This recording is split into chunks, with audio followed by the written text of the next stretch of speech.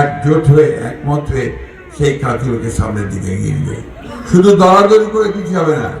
কে BNP করলো, কে জামাত করলো, কে আওয়ামী লীগ করলো, কে জাতীয় পার্টি করলো, এই চিন্তাগুলো পলিটিক্যাল চিন্তা।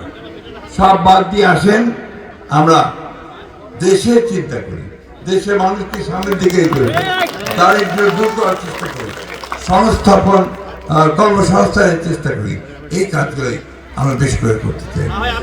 আমাদের কৃষক ভাইদের অনুরোধ করবো যে আপনারা যে সমস্ত সুবিধা পাবেন সেটা সুবিধা গ্রহণ করবেন। একটা জিনিস অনুরোধ করবো, শুধু যখন সবাই আলু করবে তখন সবাই আলু করতে দেন না।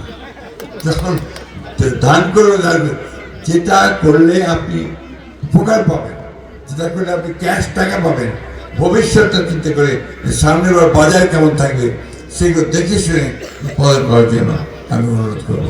সবাই ভালো থাকবেন, সুস্থ থাকবেন। এবং আজকে আমাকে এখানে আপনার মাঝে কিছু কথা বলার সুযোগ দেওয়ার জন্য আমি আয়োজকদেরকে জানাচ্ছি। আর ধন্যবাদ জানাচ্ছি আবারও আমাদের সেই বিশিষ্ট ব্যক্তি অর্থাৎ আমি মির্জা আলমগীর সাহেব। আমরা কিন্তু কিছু করতে পারবো না, সবাইকে ঐক্যবদ্ধ একসাথে কাজ করতে হবে এবং মনে করতে হবে যে বিএনপি নয়, জামাত নয়, অন্য কোনো দল নয়। বাংলাদেশের সমস্যা আজকে বাংলাদেশকে অর্থনৈতিকভাবে উন্নত জায়গায় নিয়ে যেতে হবে।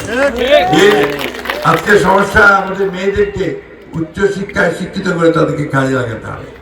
তারা যেন কেউ বেকার না থাকে, তাদের কর্মসংস্থান সৃষ্টি করতে হবে। এই বিষয়গুলো আমরা যেন সবসময় আমরা মাথায় রাখি। আমি এর আগে বলেছি যে আমার অন্যতম প্রধান যে লক্ষ্য সে হচ্ছে যে ঠাকুরগাঁতে আমার বেকার ছেলে মেয়েদের জন্য কর্মসংস্থানের সৃষ্টি করা।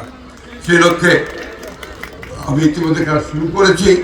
আশা করি দেখা আমরা আগামী কিছুদিনের মধ্যে আপনাদেরকে পজিটিভ জানাতে পারবো যে আমি কি কাজ শুরু করতে পারলাম।